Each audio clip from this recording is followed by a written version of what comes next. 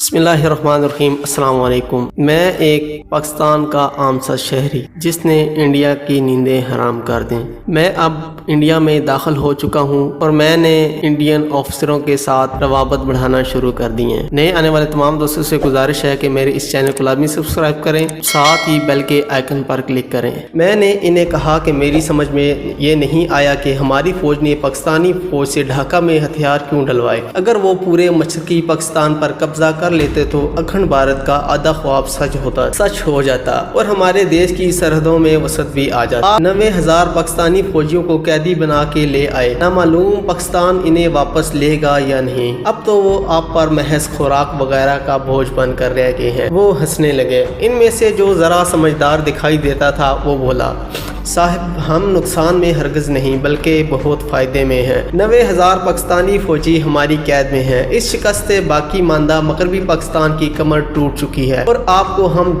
بہت جلد دکھا دیں گے کہ وہ پاکستان بھی ہمارے قبضے میں آ جائے گا۔ میں انجالے کا رہنے والا ہوں، فوج میں 9 سال سے ٹینک رجمنٹ میں ہوں۔ ہم شرناتی ہیں اور پشاور کے رہنے والے ہیں۔ میرے سورگ باشی پتا جی فوجی تھے جو سن 65 کی جنگ میں امر ہو گئے۔ وہ کہا کرتے تھے کہ پوربی مشرقی پاکستان کے مقابلے میں چھمپی مغربی پاکستان کو فتح کرنا آسان ہے، اس لیے کہ چھمپی پاکستان کے مغرب میں افغانستان ہمارا دوست ہے، آدھے سے زیادہ کشمیر پر ہمارا قبضہ ہے جہاں ہم بلندی پر ہیں۔ ہم نے اسی مقصد کے حصول کے لیے سن 65 میں چھمپی پاکستان میں جنگ لڑی تھی کہ افغانستان اٹک تک آگے بڑھ کر قبضہ کر لے گا اور اپنے بارڈر سے آگے بڑھ کر ہم گجرانوالہ تک کا علاقہ فتح کر لیں گے۔ ادھر کشمیر سے ہماری فوجیں گجرات، میرپور اور مری کے راستے آگے بڑھ کر سارے پاکستان کا تیا پنچا کر دیں گی۔ پاکستان کی فوج بیک وقت 3 محاذوں پر لڑنے کے قابل نہیں ہے۔ اس کے مقابلے میں پوربی پاکستان میں دریاؤں کی بہتات اور دلدلی علاقوں کی وجہ سے لڑنا اور فتح حاصل کرنا زیادہ مشکل ہے۔ پھر برما میں ہمارا ایسا دوست نہیں جو اس وقت ہماری مدد کرے۔ اب پوربی پاکستان میں پاکستانی فوجیوں سے ہتھیار ڈلوا کر اور قیدی بنا کر ہم انہیں اپنے دیش میں لے آئے۔ پوربی پاکستان سے ہمارا فوجی معاہدہ ہے کہ وہ 20 سال تک 2 ڈویژن سے زیادہ فوج نہیں رکھے گا۔ ہمارے زیر احسان مجیب کی وہاں حکومت ہے۔ اب پشچمی پاکستان کی فوج ہم سے لڑنے سے پہلے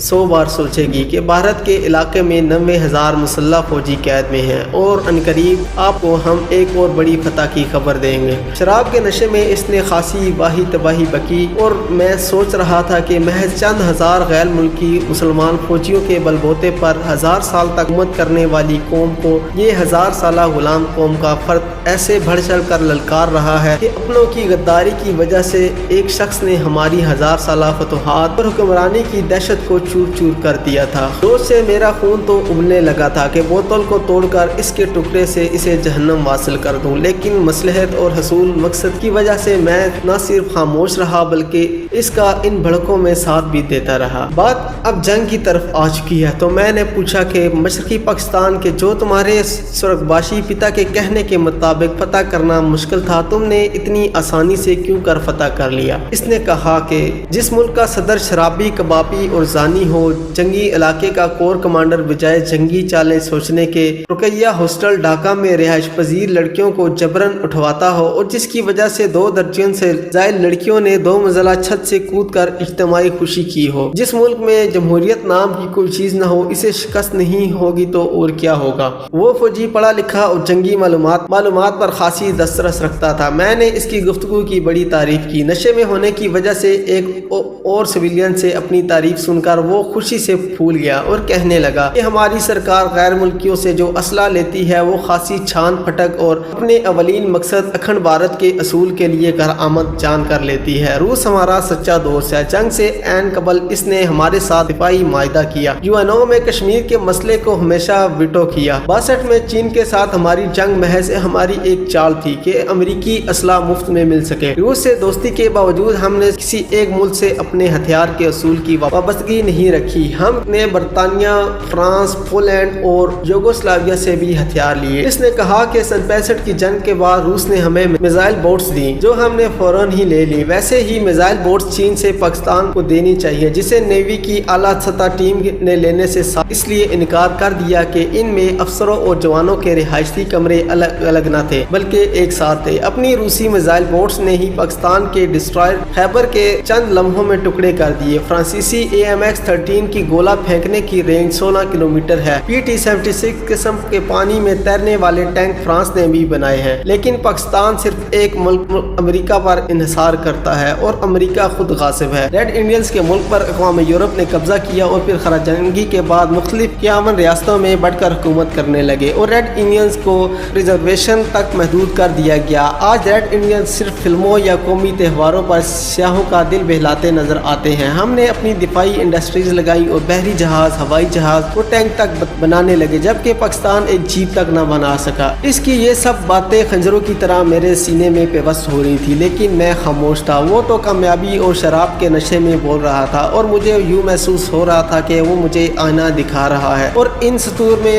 وہی آئینہ میں قوم کو دکھانا چاہتا ہوں۔ ہم بھی وہی ہیں، دشمن بھی وہی ہیں اور اس کے عزائم بھی وہی ہیں۔ پرتھوی اور اگنی میزائل اس کے جرحانہ عزائم کی عکاسی کرتے ہیں۔ یہ تو رب ذوالجلال و اکرام کی ذات پاک ہے جس نے اس پاکستان کو اپنی پناہ میں رکھا ہوا ہے، ورنہ ہم تو اپنی بربادی میں کوئی کسر نہیں چھوڑی۔ میں ڈاکٹر عبدالقدیر خان کو دعائیں دیتا ہوں جس نے وطن کی محبت میں انت تک محنت کر کے جان کو پرواہ کیے بغیر اور اربوں ڈالر کی پیشکش کو مسترد کر کے پاکستان کو ایٹمی طاقت بنا دیا، ورنہ بھارت تو سن 74 میں ایٹمی دھماکہ پاکستانی سرحدوں کے قریب کر چکا تھا۔ ہمارے نیوکلیر پاور بننے کی وجہ سے ہی بھارت تلملا رہا ہے، ورنہ اس نے تو مغربی پاکستان کو بھی سابقہ مشرقی پاکستان کی طرح نوالا سمجھ لیا تھا۔ اپنی طرف سے میں چند سطور پیش کرتا ہوں۔ پاکستان جیسا معاشی طور پر تقریباً دیوالیہ ملک قرض لے کر جو عیاشی کر رہا ہے، ہم اس کے متحمل ہو سکتے ہیں۔ حکومت جو گاڑیاں منگواتی ہے وہ مرسڈیز 550 اور بلٹ پروف ہوتی ہیں، یا سویڈن کسی اور دنیا کا ملک ہے جہاں کا وزیر اعظم سائیکل پر دفتر جاتا ہے، جس کی بیوی لوکل بسوں میں بیٹھ کر شاپنگ کرنے جاتی ہے۔ ویتنام کا انجہانی صدر ہوچی منہ کھڑاوی پہن کر غیر ملکی بس سے ملتے ہوئے شرم محسوس نہیں کرتا تھا، کیونکہ اس نے اپنی سال بھر کی تنخواہ ملکی خزانے کو دی تھی اور جوتے خریدنے کے پر اس کے پاس پیسے نہ تھے۔ وہ صدارتی محل کے باغ میں ایک جھونپڑا بنوا کر اس میں رہائش پذیر تھا، اس لیے کہ اس کا ملک صدارتی محل کے اخراجات پورے کرنے کا متحمل نہ تھا۔ اپنے ہمسایوں کی طرف ہی دیکھیے، تیل اور معدنی وسائل سے مالا مال ایران، امریکہ اور یورپی ممالک کی پابندیوں کے باوجود نہ صرف زندہ ہیں بلکہ خوشحال بھی ہیں۔ میں سابق صدر اکبر ہاشمی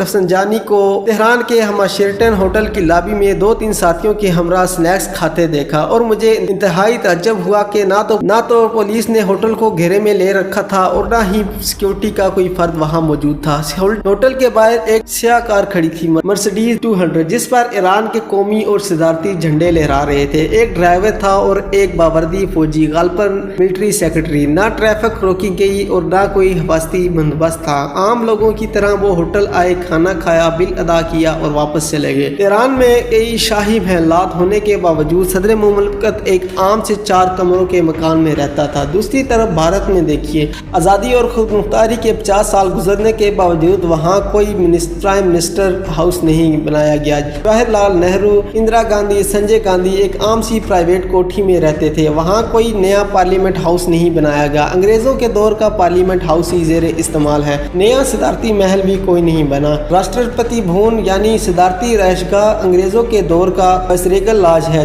جو کسی طرح بھی لاہور کے گورنر ہاؤس اور کراچی کے سابق گورنر ہاؤس اور صدر کی رہائش گاہ سے بہتر نہیں۔ وہاں صدر ہو یا وزیر اعظم، غیر ملکی سربراہ ہو یا کوئی VIP، سب بھارت کی بنی ہوئی ماروتی یا ہندوستان کے نام کی گاڑی میں سفر کرتے ہیں۔ وہاں سرکاری ٹریفک گزرتے وقت عام ٹریفک روکی نہیں جاتی۔ صرف ایک سوال جس کا جواب آپ کا دل اور ضمیر دے سکتا ہے، آزادی کے 52 برسوں میں ہم نے کیا کھویا اور کیا پایا ہے، اور بھارت نے کیا کھویا اور کیا پایا ہے؟ پاکستان کا ہر فرد غیر مالک کا 13,000 روپے کا مقروض ہے، جبکہ 900 ملین کی آبادی والے ہمارے ہمسائے ملک بھارت کے افراد کے ذمے کتنا قرض ہے؟ خدا را اپنے گریبان میں جھانکیے، جواب آپ کو خود ہی مل جائے گا۔ اس حوالدار نے مجھے بتایا کہ وہ BA کر چکا ہے اور عنقریب اس کی ترقی ہونے والی ہے۔ اس کی جنرل نالج اور تاریخ سے وابستگی کی وجہ سے میں نے اس سے اپنے مطلب کی بات نہ پوچھنے میں ہی عافیت سمجھی۔ اسی اثنا میں کل والے کلرک صاحب بھی تشریف لائے اور میں ان سے معذرت کر کے کل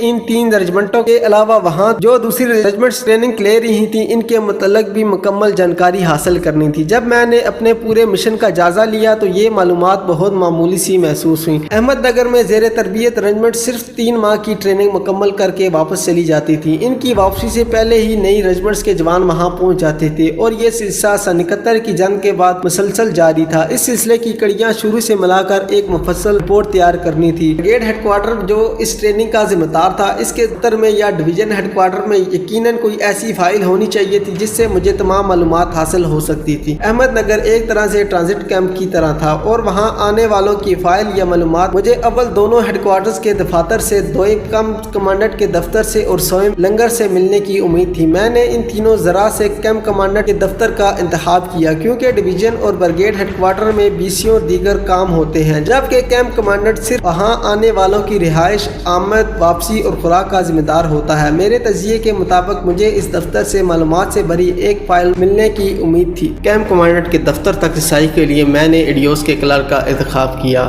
جب ایک بار فیصلہ کر لیا تو فوراً ہی تیار ہو کر ایڈیوس کے دفتر کی طرف روانہ ہو گیا۔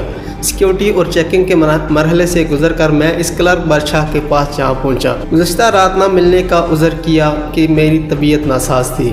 ایڈیوس کے دفتر میں چونکہ مقامی ٹھیکیدار ٹینڈر دینے، سپلائی اور رقم کی وصولی کے لیے اکثر آتے رہتے ہیں اور کلرک صاحبان سے دوسرے ٹینڈر دینے والوں کے متعلق معلومات حاصل کرتے رہتے ہیں، اس لیے یہ دفتر غیر فوجی افراد سے بھرا رہتا ہے۔ مجھ پر بھی کوئی شک نہیں کر سکتا تھا چونکہ میں ظاہراً چائے کی فروخت کے لیے وہاں آیا تھا، لہٰذا متعلقہ کلرک سے دفتری اوقات میں ملنے اور رابطہ بڑھانے میں مجھے کوئی خطرہ محسوس نہ ہوا۔ میں اس کے پاس جا کر بیٹھ گیا اور ادھر ادھر کی باتیں کرنے لگا۔ میں موقع کی تلاش میں تھا اور جلد ہی مجھے موقع مل گیا جب کھانے کے وقفے میں وہ مجھے کینٹین لے گئی۔ وہاں ہم ایک الگ تھلگ ٹیبل پر بیٹھ کے میں نے اسے کہا کہ تم سے علیحدگی میں بات کرنا چاہتا ہوں۔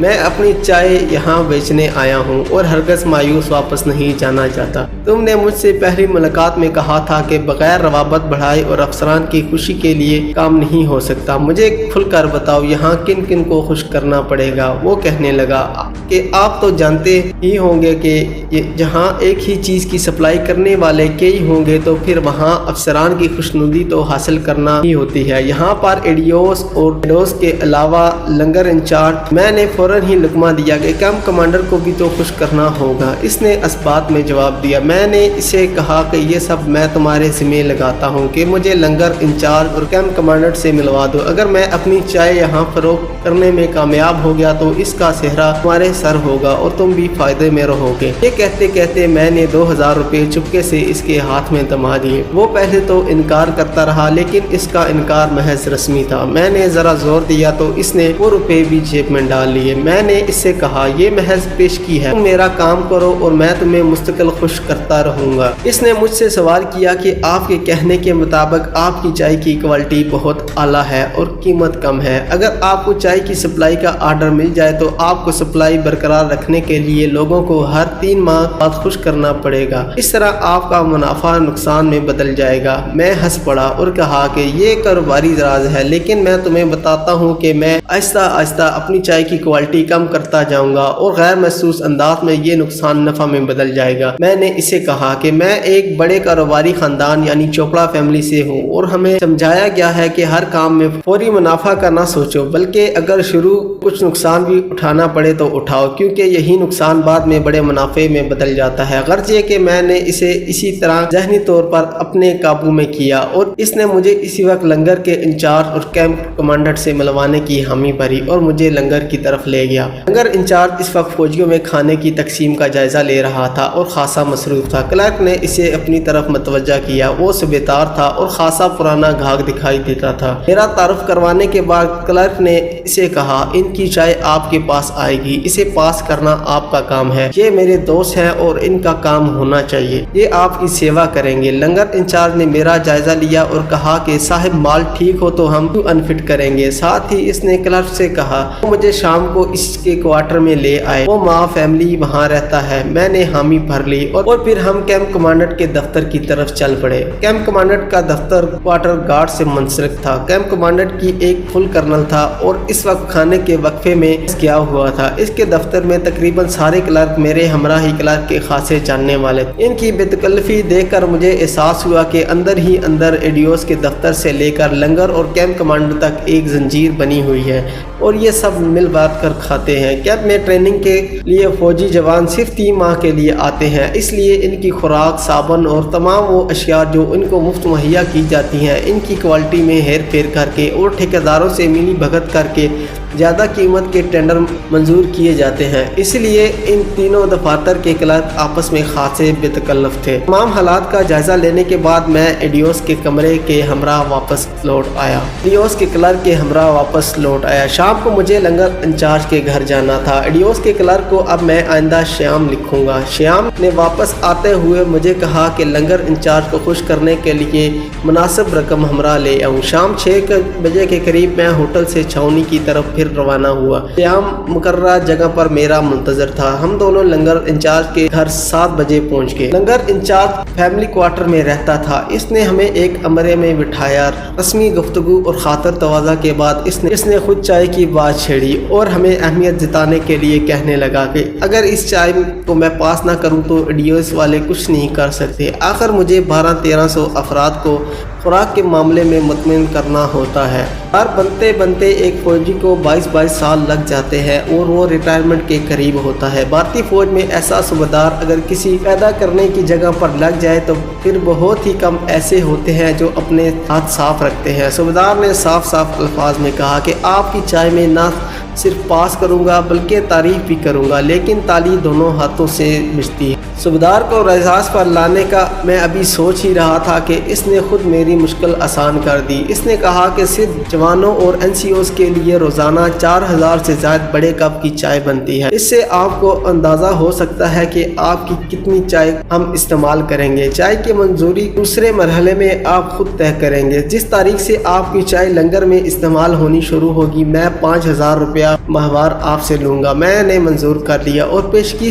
اسے 2000 روپے دے دیے۔ تھوڑی دیر بعد ہم اس کے گھر سے لوٹ آئے۔ شیام نے مجھے رات کو 8 بجے شراب خانے میں ملنے کا کہا۔ اب 8 بجے میں وقت ہی کتنا رہ گیا تھا۔ میں نے ہوٹل جانے کا ارادہ ترک کیا اور شراب خانے میں پہنچ گیا۔ شیام نے جس طرح مجھے خرچ کرتے اور پیسے لٹاتے دیکھا تھا، اس سے وہ مجھے ایک موٹا شکار سمجھ بیٹھا تھا اور جلد از جلد اپنی موجودگی میں مجھے کیمپ کمانڈنٹ کے دفتر کے کلرکوں سے ملوانا چاہتا تھا تاکہ میری کوئی ڈیل اس کی غیر موجودگی میں نہ ہو۔ رات 8 بجے وہ 2 فوجیوں کو ہمراہ لایا اور مجھے بتایا کہ وہ کیمپ کمانڈنٹ کے دفتر میں کام کرتے ہیں۔ وہ شام ہم نے کچھ گپ شپ اور کچھ کام کی باتوں میں گزاری۔ مجھے کچھ یوں ہی شک پڑ گیا کہ شیام اتنی جلدی کیسے سب سے ملوا رہا ہے۔ اگرچہ ان 2 فوجیوں کو میں دوپہر کو کیمپ کمانڈنٹ کے دفتر میں دیکھ چکا تھا، لیکن پھر بھی اپنی تسلی کے لیے میں نے کام کی بات کی۔ اس کام کی بات کو اس شام زیادہ آگے نہ بڑھایا اور کہا کہ کل میں شیام کے دفتر میں آؤں گا اور اس کے ہمراہ کیمپ کمانڈنٹ کے دفتر میں ان سے ملوں گا۔ جب وہ میں نوشی کر رہے تھے تو ان کے چہروں سے ان کے دلی جذبات کا اندازہ لگ رہا تھا۔ شراب کے نشے میں انسان اندر کی بات بھی زبان پر لے آتا ہے۔ اس کا چہرہ اس کے دلی جذبات کی عکاسی بھی کرتا ہے۔ میں نے محسوس کیا کہ شیام اور ایک فوجی تو شراب پی کر خوب ہنس بول رہے تھے جبکہ دوسرا فوجی بار بار گہری سوچ میں غرق ہو جاتا تھا۔ میں اس کی طرف متوجہ ہوا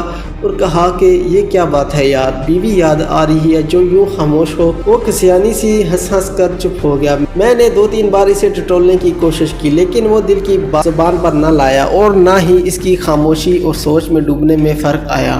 شراب خانے میں کوئی ٹوائلٹ وغیرہ نہیں تھا۔ میں نے چھوٹی انگلی کا اشارہ دے کر اپنی حاجت کا اظہار کیا۔ شیام نے کہا کہ باہر سڑک کی دوسری جانب۔ میں نے اس سوچ میں ڈوبے فوجی کا ہاتھ تھاما اور کہا کہ میرے ہمراہ چلے۔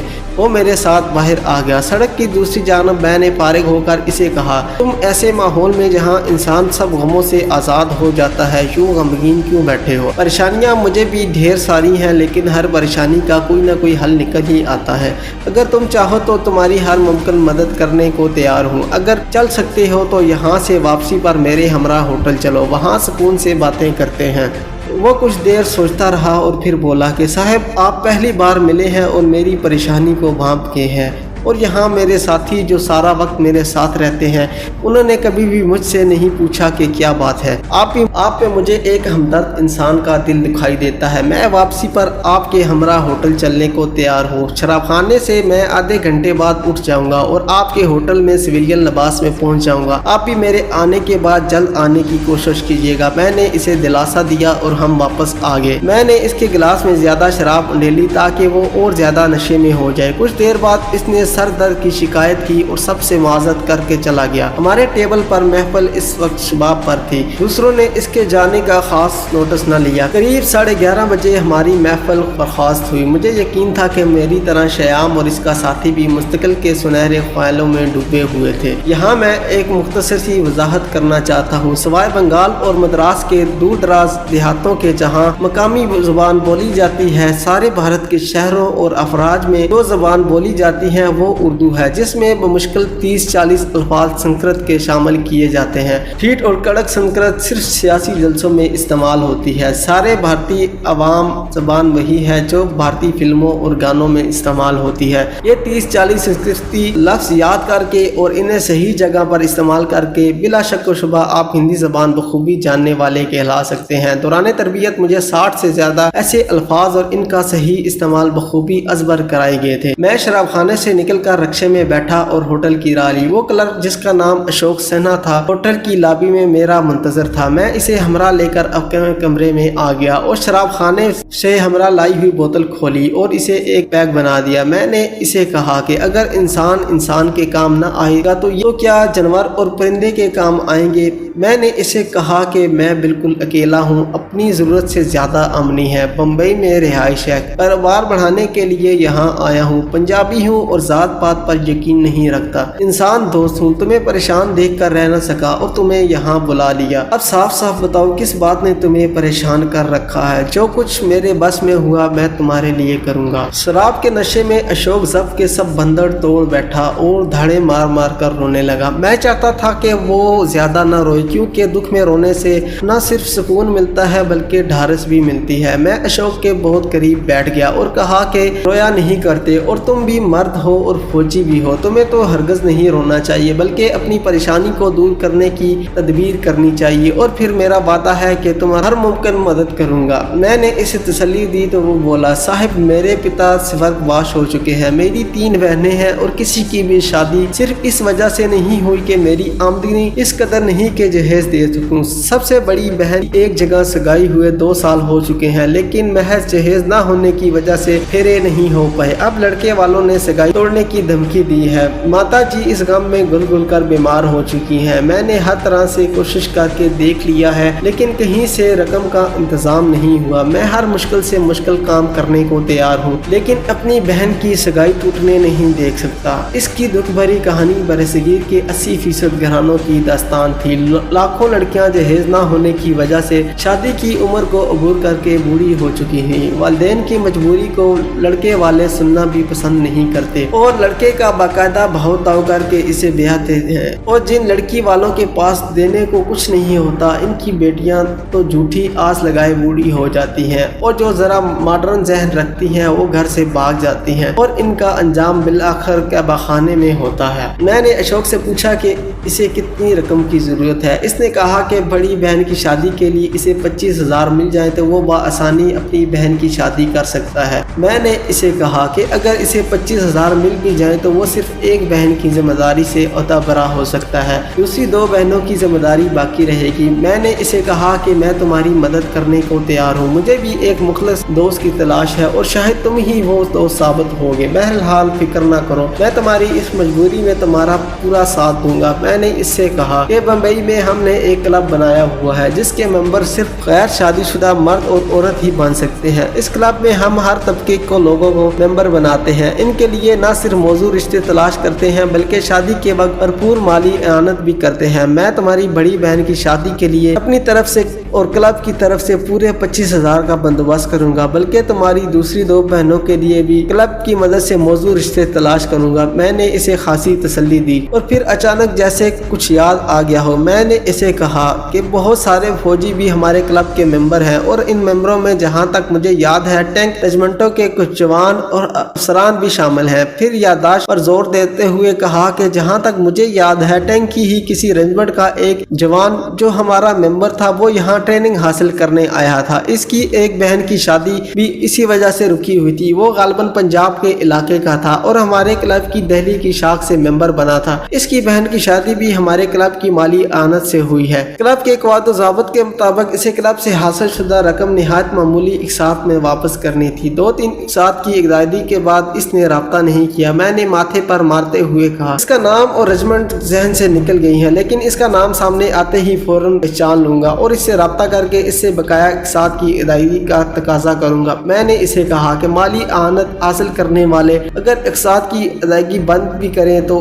اس نیک مقصد کے لیے قائم کلب آخر کیسے چل سکتا ہے؟ میں نے دوبارہ کہا اگر نام اور رجمنٹ کی لسٹ سامنے ہو تو فوراً اسے پہچان لوں گا۔ اشوک کی اپنی مشکل حل ہوتی ہوئی سامنے نظر آ رہی تھی اور اس کے لیے اسے میری خوشنودی کی ضرورت تھی۔ اس نے کہا کہ آپ کی بڑی مہربانی ہے کہ آپ نے اس مشکل وقت میں میرا ساتھ دینے کا وعدہ کیا ہے۔ یہ ہے تو خلاف ضابطہ اور پکڑے جانے پر قانون کے مطابق میرا کورٹ مارشل بھی ہو سکتا ہے، لیکن پھر بھی مکمل فائل جو کہ میرے دفتر کے ایک کلرک کے پاس ہے کسی طرح سے حاصل کر کل رات آپ کو ہوٹل میں لا دوں گا اور آپ اس سے اپنے مطلوبہ شخص کو تلاش کر لیجئے گا۔ اگلی صبح دفتر کے وقت سے پہلے میں وہ فائل آپ سے واپس لے جاؤں گا اور آپ اس کا ذکر کسی سے بھی نہ کیجیے گا۔ تھوڑی دیر کے بعد میں نے اس سے رخصت کرتے وقت 1000 روپیہ اس کی جیب میں ڈال دیا۔ اس فائل کا حصول میرے لیے کسی جیک پاٹ سے کم نہ تھا۔ اشوک کو میں نے اپنے مکمل قابو میں کر لیا تھا۔ دوسری طرف میں ایڈیوس کے دفتر میں بھی گیا اور ایڈیوس سے ملا۔ لیفٹیننٹ کرنل گپتا ایڈیوس تھا۔ میں نے اس سے کہا مجھے یہاں آئی ہوئے کئی روز ہو چکے ہیں اور میری چائے کے سیمپل ابھی تک آپ کے دفتر میں ہی پڑے ہیں۔ میں بمبئی میں رونق زندگی سے دور یہاں ہوٹل میں ایک طرح سے مقید ہو چکا ہوں اور بہت بور ہو رہا ہوں، اس لیے آپ میرے سیمپل متعلقہ لوگوں تک بھجوائیں تاکہ جلد از جلد فیصلہ ہو سکے۔ ایڈیوس میری ساری گفتگو انگلش میں ہوئی تھی۔ وہ میری شخصیت، لباس، نپے تولی انگریزی سے متاثر ہوا۔ اس کے پیش نظر بھی چمک تھی۔ اس نے میرے سامنے اپنے دفتر کے ایک کلرک کو میرے سیمپل لنگر بھجوانے کا آرڈر دیا اور پھر مجھے کہا یہ محض ایک رسمی کارروائی ہے کہ سیمپل لنگر میں استعمال کے لیے بھیجے جاتے ہیں۔ میں بغیر لنگر بھی بھیجے بھی فیصلہ کر سکتا ہوں، اور جہاں تک تمہاری بوریت کا سوال ہے تو کل شام تم میرے مہمان ہوگے اور میں تمہیں اپنے ہمراہ آفیسر میس میں لے چلوں گا۔ میں نے کرنل گپتا کا شکریہ ادا کیا اور اس سے اجازت لے کر اس کے دفتر نے کلرکوں کے پاس آ گیا۔ شیام سے کچھ دیر گپ شپ کی۔ اس نے بتایا کہ گپتا نے آپ کے سیمپل لنگر میں بھجوانے کا آرڈر کیا ہے۔ میں نے اسے کہا میں اسی سے مل کر آ رہا ہوں۔ اب چونکہ ہمیں جلد کام کرنا ہے اس لیے کیمپ کمانڈنٹ کے دفتر تک مجھے لے چلو۔ وہاں جانے کا عذر میں نے یہ بتایا کہ چونکہ سیمپل لنگر میں جا رہے ہیں تو شاید آج یا کل وہاں استعمال کیے جائیں۔ کیمپ میں رہنے والے لنگر کے متعلق کوئی شکایت بھی ڈائریکٹ لنگر میں نہیں کر سکتے بلکہ اپنے سینئرز کے ذریعے کمانڈنٹ سے کر سکتے ہیں، اور کیمپ کمانڈنٹ کا دفتر اس شکایت کی چھان بین کرتا ہے۔ یہ فوجی ڈسپلن کا لازمی حصہ ہے۔ تھوڑی دیر کے بعد شیام مجھے لے کر کیمپ کمانڈنٹ کے دفتر میں چلا آیا۔ میں اشوک سے ملنا چاہتا تھا۔ اشوک نے مجھے دیکھا۔ اس کے چہرے پر ایک خاصا اطمینان مجھے نظر آیا۔ اس نے آنکھوں میں ہی مجھے بتا دیا کہ کام ہو گیا ہے۔ وہاں رسمی بات چیت ہی ہوئی۔ شیام نے ایک دوسرے کلرک کو کہا کہ ان کے سیمپلز لنگر میں آج بھجوائے جا رہے ہیں اور اگر کوئی شکایت وہاں سے آئی تو مجھے بتا دینا۔ یہ دوسرا کلرک وہی تھا جو گزشتہ رات شیام اور اشوک کے ہمراہ آیا تھا۔ وہاں سے جب ہم واپس لوٹنے لگے کیمپ کمانڈر سے اچانک آمنا سامنا ہو گیا۔ شیام نے اسے سلیوٹ کیا۔ میری طرف اس نے سوالیہ نظروں سے دیکھا تو میں نے آگے بڑھ کر اپنا تعارف کروایا، اپنے احمد نگر آنے کی وجہ بتائی اور کہا کہ میری چائے کے سیمپل آج لنگر میں بھیجے جائیں گے۔ ہم دونوں انگریزی میں بات کر رہے تھے۔ کالروں پر سرخ پٹی لگائے اور کیمپ کمانڈنٹ کی پوسٹ پر متعین اکڑا ہوا فل کرنل مجھے ایک معمولی کلرک کے ہمراہ دیکھ کر خوش نہ ہوا اور کہا کہ اگر آپ مجھ سے ملنے آئے ہیں تو میرے دفتر میں آ جائیں۔ میں نے شیام کو اشارہ کیا اور کرنل کے پیچھے ہی اس کے دفتر میں داخل ہو گیا۔ وہ بہت سجا سجایا دفتر تھا۔ کرنل نے مجھے بیٹھنے کو کہا۔ میں چاہتا تھا کہ کرنل کو بھی متاثر کر لوں۔ انیشلز کے ساتھ اس کا نام ملہوترا تھا۔ میں نے اسے کہا کہ کرنل صاحب میں 2 مرتبہ آپ سے ملنے یہاں تک آ چکا ہوں لیکن آپ دفتر میں موجود نہ تھے۔ میرے چائے ٹیسٹ کے لیے ایڈیوس کے آفس سے لنگر تک پہنچ چکی ہے۔ اصولاً مجھے آپ سے ملنا چاہیے تھا کیونکہ سارے کیمپ میں اس میں رہنے والے آفیسرز اور جوان کے آپ انچارج ہیں اور ان کی مکمل دیکھ بھال آپ کے ذمہ ہے۔ آپ کے دفتر تک آنے کے لیے میں نے ایڈیوس کے ایک کلرک کو ہمراہ لے لیا تھا کیونکہ مجھے معلوم ہوا تھا کہ آپ کے دفتر میں آنے اور آپ سے ملنے کے لیے درخواست دینی پڑتی ہے۔ چونکہ میں یہاں ہوٹل میں ٹھہرا ہوا ہوں اور زیادہ دن یہاں نہیں رہ سکتا، اس لیے یہ شارٹ کٹ استعمال کیا۔ اس کے ساتھ ہی میں نے اپنا بزنس کارڈ کرنل کو پیش کر دیا۔ موسم بھی خاصا گرم تھا۔ کیمپ کے راؤنڈ کی گرمی کمرے میں لگے ایئر کنڈیشنر نے کم کر دی تھی۔ کرنل بھی ٹھنڈا ہو چکا تھا۔ بغیر وقت طے کیے آنے کی جب میں نے دوبارہ معذرت کی تو کرنل بالکل ٹھنڈا پڑ چکا تھا۔ اس نے مجھ سے پوچھا کہ میں چائے پیوں گا یا کافی۔ میں نے کہا بشرطے آپ میری چائے کے سیمپل سے چائے بنوائیں۔ میرے بریف کیس میں 2 سیمپل کے پیکٹ پڑے تھے، وہ دونوں نکال کے میں نے میز پر رکھ دیے۔ کرنل نے اپنے بیٹ مین کو بلایا اور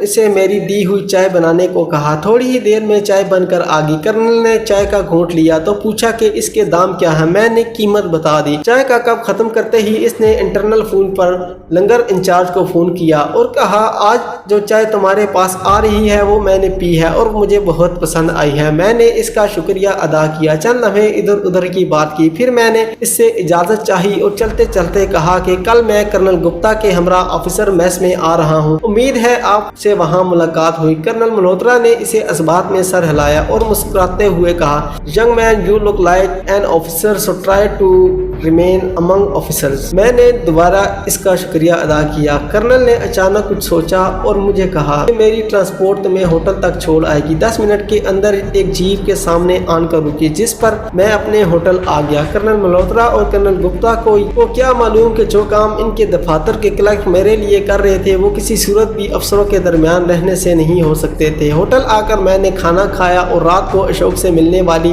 فائل کے خیالوں میں گم ہو گیا۔ شام 7 بجے کے قریب اشوک نے استقبالیہ سے مجھے فون کیا۔ میں نے اسے کمرے میں آنے کو کہا۔ وہ سویلین لباس میں تھا اور اس کے ہاتھ میں ایک ہینڈ بیگ تھا۔ میں نے گزشتہ رات کی بچی ہوئی شراب اس کے سامنے رکھی۔ وہ گھبرایا ہوا سا تھا۔ اس نے بغیر پانی ملائے شراب کا آدھا گلاس چڑھا لیا۔ ہینڈ بیگ کھول کر اس نے 2 فائلیں نکال کر مجھے دی اور کہا کہ ایک فائل میں گزشتہ 8 ماہ میں آنے والی رجمنٹوں اور ٹریننگ کے بعد ان کے واپس جانے والوں کی تفصیل موجود ہے اور دوسری فائل میں ہر رجمنٹ کے ٹریننگ دینے والے جوانوں اور افسران کے نام درج ہیں۔ اس نے میری آنکھوں میں گہرائی تک جھانکتے ہوئے کہا کہ ان 2 فائلوں سے جو معلومات اس نے خاصا زور دے کر رہا بھی چاہیے حاصل کر سکتے ہیں۔ میں یہ فائلیں ایک کلرک کی الماری سے چرا کر لایا ہوں۔ میں اب جاتا ہوں اور صبح 7 بجے سے پہلے یہاں آ کر آپ سے فائلیں لے جاؤں گا۔ آپ یہ یاد رکھیے گا کہ میں نے یہ فائلیں نکال کر ایک بڑا جرم کیا ہے اور اگر پکڑا جاؤں تو لمبی سزا ہو سکتی ہے۔ میں نے یہ سارا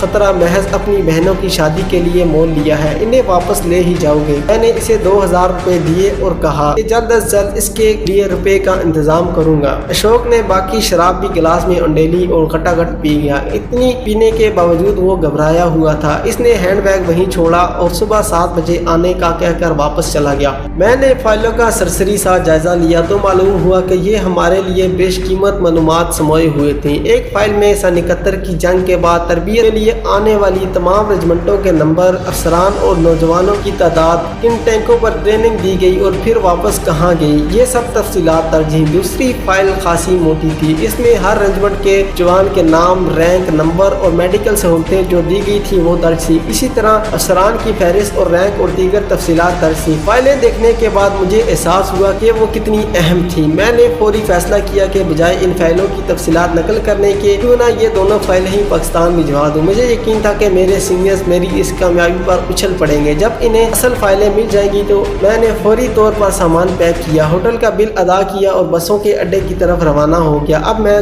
کچھ گھبرایا ہوا تھا کہ خدا نخواستہ کامیابی کا یہ کھیل کہیں بگڑ نہ جائے۔ یہ تو مجھے یقین تھا کہ اشوک صبح مجھے ہوٹل میں موجود نہ پا کر میرے متعلق بہت کچھ سمجھ جائے گا، لیکن چونکہ وہ خود اس میں ملوث تھا اس لیے کسی کو بھی میرے بارے میں نہ بتائے گا۔ ایڈیوس اور کیمپ کمانڈنٹ میرے متعلق کسی طرح بھی شک کا شکار نہ ہوں گے اور نہ ہی شیام۔ احتیاطاً میں نے ہوٹل سے چلتے ہوئے استقبالیہ کلرک کو بتا دیا کہ ایک ایمرجنسی کی وجہ سے فوراً طور پر ممبئی جانا پڑا ہے، اگر کوئی میرے متعلق پوچھے تو یہی بتا دینا۔ بسوں کے اڈے پر معلوم ہوا کہ ایک بس اڈے سے ابھی نکلی ہے اور نہر کے پاس سواریاں لینے کے لیے کھڑی ہوگی۔ اڈے سے ہی میں نے 2 سائیکل رکشے لیے، ایک پر سامان اور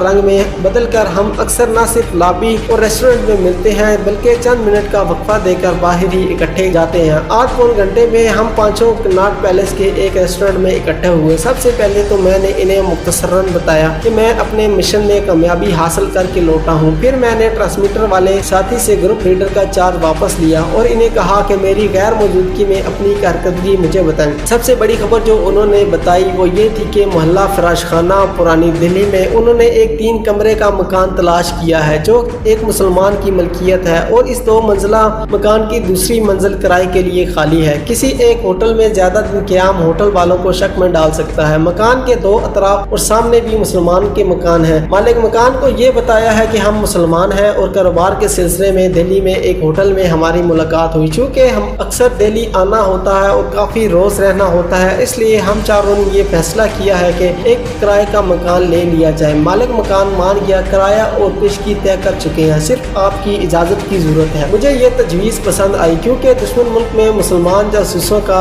ہندو بن کر رہنا اور خصوصاً ہوٹل میں زیادہ عرصہ قیام کرنا نہ صرف انہیں مشکوک بنا دیتا ہے بلکہ ایک مسلمان کے مستقل طور پر ہندو کے روپ میں رہنے سے احتیاط کے باوجود اس سے غیر ارادی طور پر ایسی غلطی ہونے کا امکان ہے جس سے اس کی اصلیت ظاہر ہو سکتی ہے۔ ہم اس قسم کا کوئی رسک لینے کو تیار نہ تھے۔ آگے آپ پڑھیں گے کہ نادانستہ طور پر مجھ سے بھی 2-3 غلطیاں ایسی ہوئی تھی کہ جن کی وجہ سے میں دشمن کی گرفت میں آتے آتے بچا۔ میں نے انہیں مکان کرائے پر لینے کی اجازت دے دی۔ ایک اور کامیابی جو انہوں نے حاصل کی تھی وہ یہ تھی کہ بھارتی آرمی چیف کے ہیڈ کوارٹر کے باہر اسٹیٹک اور موبائل نگرانی کر کے انہوں نے ہیڈ کوارٹر میں کام کرنے والے چند سویلینز اہلکاروں کی دفتری پوزیشنیں اور رہائش گاہوں کا پتہ چلا لیا تھا۔ یہ خاصی اہم معلومات تھی جو ہمارے آئندہ مشنوں میں بہت مفید ثابت ہو سکتی تھی۔ تربیت یافتہ فوجی تو خاصے محتاط ہوتے ہیں لیکن سویلین ملازمین بالکل ہمارے سویلین ملازمین کی طرح بے پرواہی برت رہے ہیں اور انہیں قابو کرنا نسبتاً آسان ہوتا ہے۔ کچھ اور معلومات بھی انہوں نے مجھے دی اور قریباً 1 گھنٹے کی میٹنگ کے بعد ہم نے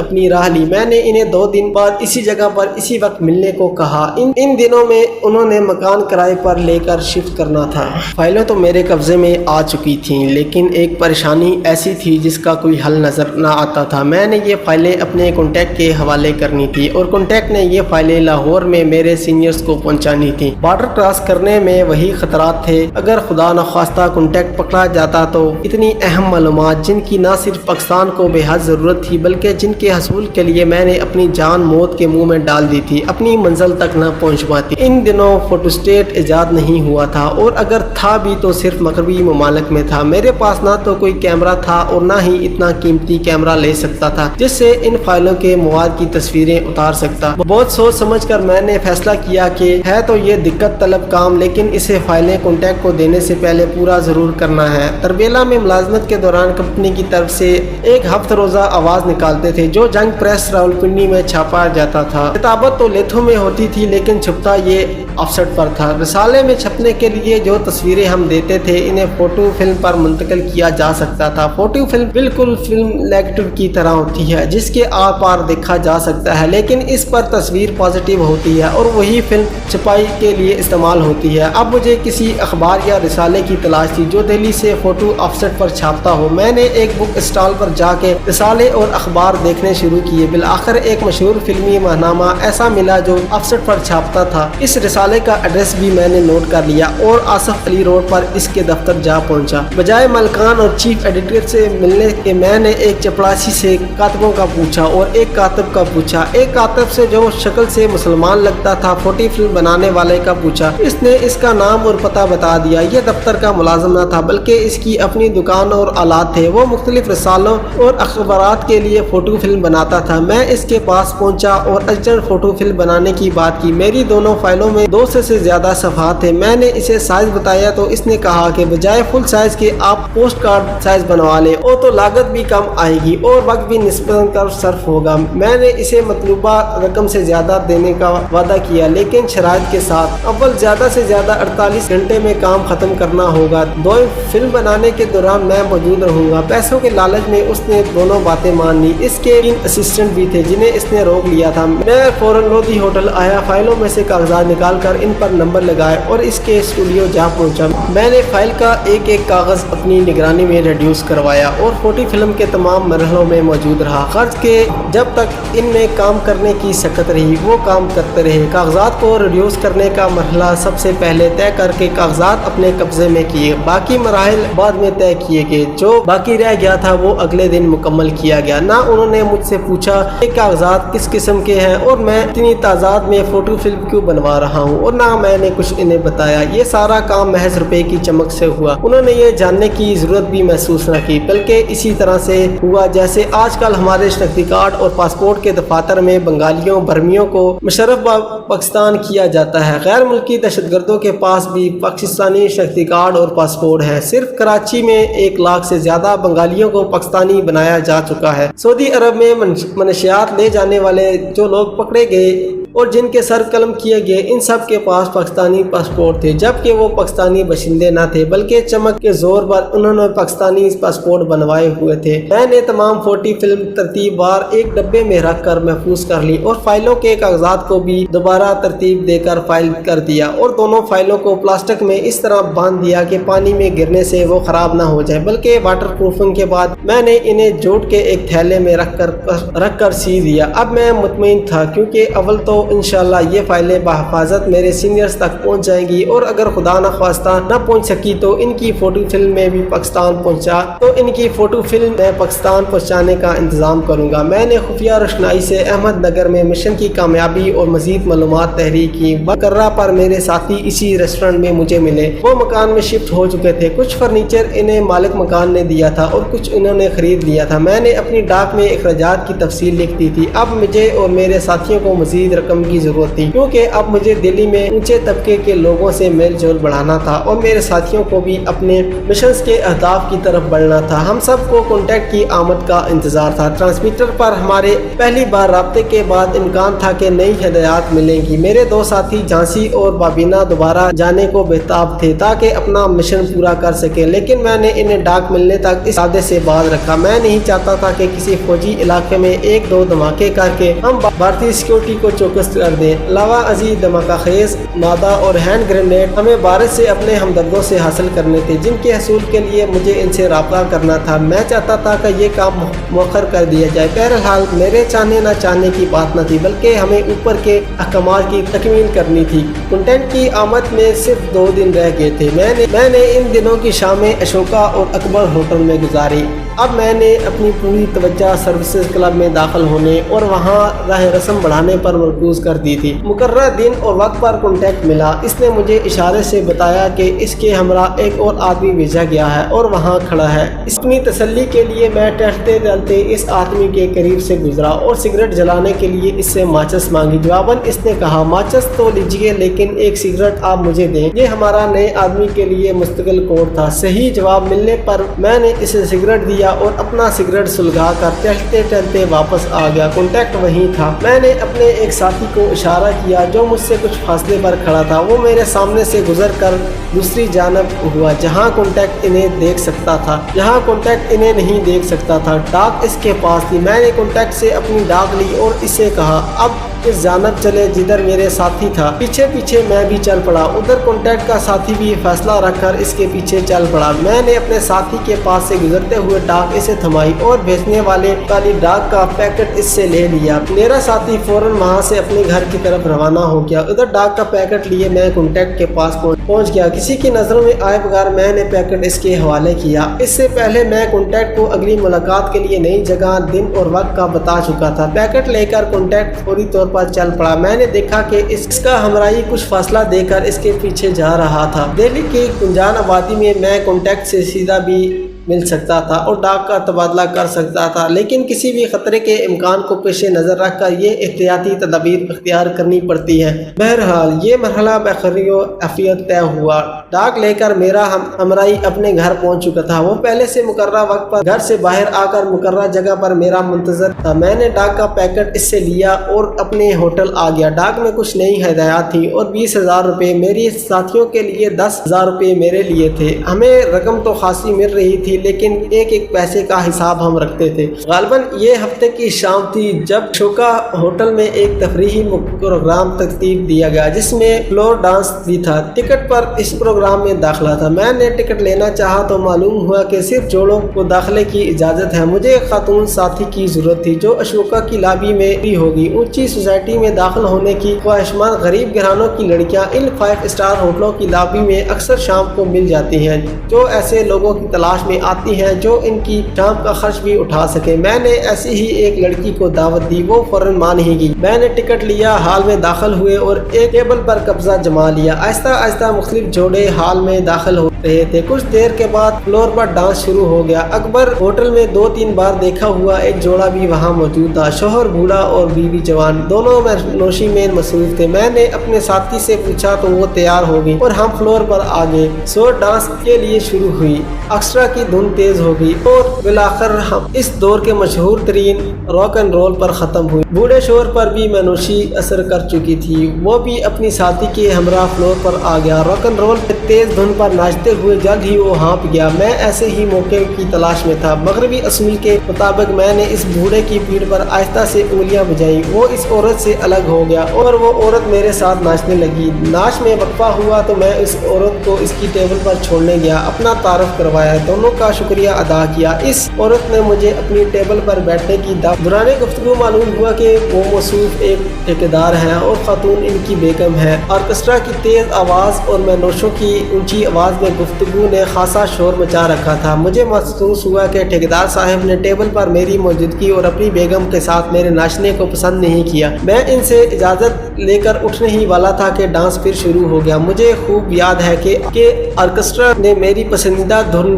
کم سپٹمبر بجانی شروع کی۔ یہ اس دور کی بات ہے جب آتش جوان تھا۔ میرے پاؤں بے اختیار فرش پر بجنے شروع ہو گئے۔ ٹھیکیدار کی بیوی جو جوان اور خاصی پرکشش تھی، اس نے مخمور آنکھوں سے مجھے اشارہ کیا۔ میں کرسی سے اٹھا، میرے ساتھ ہی وہ بھی کھڑی ہو گئی اور ہم فلور پر آ کر ناچنے لگ گئے۔ اس دھن پر سکویر اور یعنی سلو ناچ کیا جاتا ہے اور ناچنے والوں کے جسم ایک دوسرے کے بہت قریب آ جاتے ہیں۔ کچھ ماحول کا اثر، کچھ میں کا نشہ، کچھ جوانی کا جوش۔ چند قدم لینے کے بعد ہی اس عورت نے اپنا سر میرے سینے سے لگا لیا۔ میں نے سرگوشی میں اس کا نام پوچھا تو اس نے آشا بتایا۔ میں نے اسے کہا کہ مجھے محسوس ہوا ہے کہ تمہارے شوہر نے تمہارے ساتھ ناچنے کو پسند نہیں کیا، وہ سوائے ناپسند کرنے کے اور کر بھی کیا سکتا ہے۔ اس نے بڑی زمانی انداز میں جواب دیا۔ میں نے اسے کہا کہ میں نے اکبر ہوٹل میں تمہیں 2-3 بار دیکھا تھا اور تمہارے حسن سے متاثر ہوئے بغیر نہ رہ سکا تھا۔ آج اشوکا میں اس پروگرام میں تمہیں داخل ہوتے دیکھا تو رہ نہ سکا۔ لابی سے ایک لڑکی لی اور اس کے ہمراہ اندر آیا کیونکہ صرف جوڑوں کو آنے کی اجازت ہے۔ اس نے کہا کہ میں تو سمجھی تھی وہ بھی تمہاری بیوی ہے۔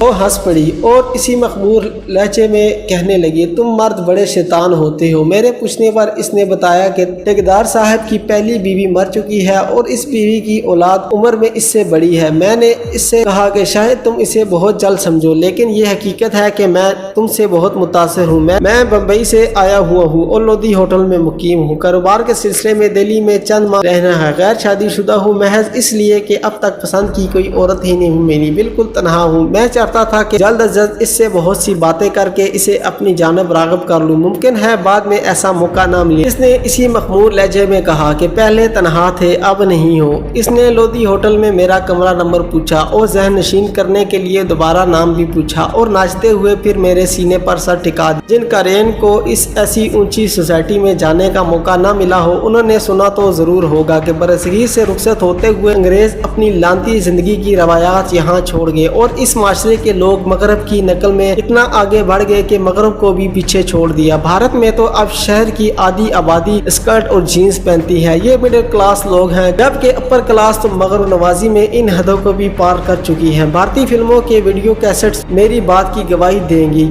جو کہ ارانیت ہم مغربی فلموں میں دیکھ نہیں پاتے وہ بھارتی فلموں میں ہمیں ملتی ہے۔ ناچ ختم ہوا اور میں آشا کو اس کی ٹیبل پر چھوڑ کر اپنی ٹیبل پر آ گیا۔ میری پیڈ فرینڈ اس دوران بیئر اور وسکی کے نشے میں مدہوش ہو چکی تھی۔ میں بھی خود اس ماحول سے اب نکلنا چاہتا تھا کیونکہ اشوکا اور اکبر جیسے 5 اسٹار ہوٹلوں میں صرف 200 روپے میں کوئی جوڑا اپنی شام گزارنے کا سوچ بھی نہیں سکتا۔